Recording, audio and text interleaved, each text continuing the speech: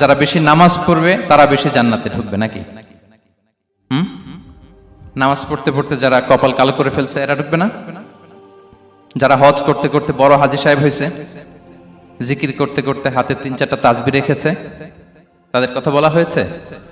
এগুলো নিঃসন্দেহে অনেক বড় আমল, কিন্তু সবচাইতে বেশি জান্নাতে প্রবেশ করাবে যে আমল, বিষ্ণু বললেন, এক হচ্ছে আল্লাহর ভয়, আরেক হচ্ছে সর্বোত্তম আচরণ। প্রিয় ভাইরা, ইসলামের মেজাজটাকে চিনে নেন, ইসলামের এসেন্সটাকে বুঝে নেন।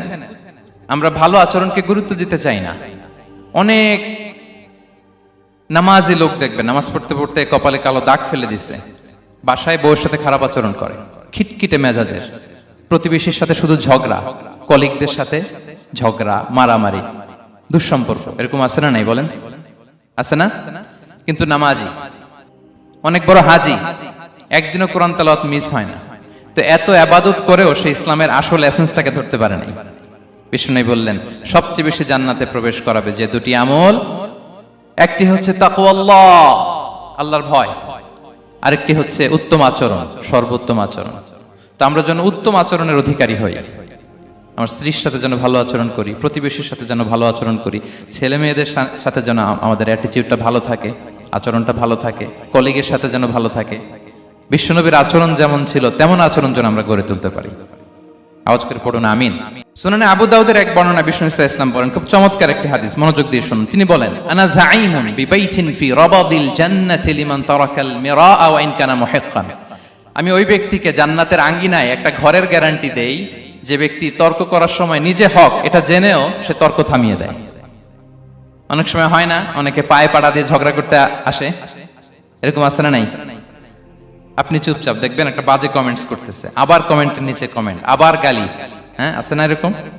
বিষ্ণু বলেন নিজে হক এটা জানার পরেও আর যাতে তর্ক না বাড়ে, যে তর্ক থামিয়ে দেয় জান্নাতের আঙ্গিনায়, তাকে আমি একটা ঘরের গ্যারান্টি দেই। ওয়াবিবাইতিন ফি ওয়াসাতিল জান্নাতি লিমান তারাকাল কাযিবা ওয়া ইন কানা মাযিহান। আর ওই ব্যক্তিকে আমি জান্নাতের মাঝখানে একটা ঘরের গ্যারান্টি দেই যে ব্যক্তি কৌতুক করার সময়ও মিথ্যা পরিহার করে। করতেছে কৌতুক, ফান করতেছে আর কি, হি ইজ কিডিং, ফান করে, কৌতুক করে, কিন্তু কৌতুকের সময়ও সে মিথ্যা বলে না। এই স্বভাব যাদের, তাদেরকে আমি জান্নাতের মাঝ বরাবর একটা ঘরের গ্যারান্টি দেই। এরপর বিষ্ণু কি বলে দেখেন, তিনি বলেন, ওয়াবিবাইতিন ফি আ'লাল জান্নাতি লিমান হাসানা খুলুকাহু। আর জান্নাতের একেবারে হাইস্ট পিক অফ প্যারাডাইস, জান্নাতের সর্বোচ্চ স্তরে আমি একটা ঘর বা একটা বাসভবনের গ্যারান্টি ওই ব্যক্তিকে দেই যে তার আচরণটা সুন্দর করেছে,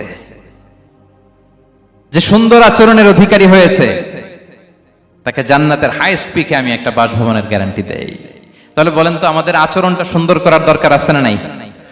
এটা খুব ছোটখাটো একটা আমল, তাই না? কথা বলেন, দক্ষিণ কোরিয়া প্রবাসী ভাইরা আওয়াজ করে বলেন, এটা কি ছোট আমল? দেখলে সালাম দিব, সুন্দরভাবে কথা বলবো, ভালো উইশ করব, হ্যাঁ, হিংসা জিঘাংসা অহংকার থেকে মুক্ত থাকবো, খিটখিটে মেজাজের হব না, অলওয়েজ স্মাইলিং ফেস থাকবে আমার, হৃদ্যতাপূর্ণ আচরণ। এই কাজটা কি ছোট আমল? আওয়াজ করে বলেন, এই আমলটা কি ছোট না বড়? প্রিয় ভাইরা, বিষ্ণু ইসলাম সবার সাথে এরকম মাধুর্যতাপূর্ণ আচরণ করতেন, ছোট থেকে বড়, নারী থেকে পুরুষ, বন্ধু থেকে শত্রু, সবার সাথে সুন্দর আচরণ করতেন। এবং তার এই চমৎকার আচরণে মুগ্ধ হয়ে তার অনেক শত্রু মুহূর্তে তার বন্ধুতে পরিণত হয়েছে। বিষ্ণু ইসলামের কাছে যখন কোনো শিশু নিয়ে আসা হতো, তিনি তাহনিক করতেন, হাদিসে এসেছে, সিরায় এসেছে। তাহনিক কি? খেজুর চিবিয়ে খেজুরের মিষ্টি রস লালা সহ বাচ্চার মুখে লাগিয়ে দিতেন। আলেমদের কাছে, অনেক আলেমদের কাছে আসে, আমার কাছে অনেকে এসেছে বাচ্চাদেরকে নিয়ে, তো আমরা এই সুন্নাহর উপর আমল হিসেবে খেজুর চিবিয়ে এর রসটা মুখে ঢুকিয়ে দিয়েছি। বারাকা, বিষ্ণু ইসলামের বারাকা নেওয়ার জন্য আসতো ছোট্ট বাচ্চাদেরকে নিয়ে। মদিনায় যখন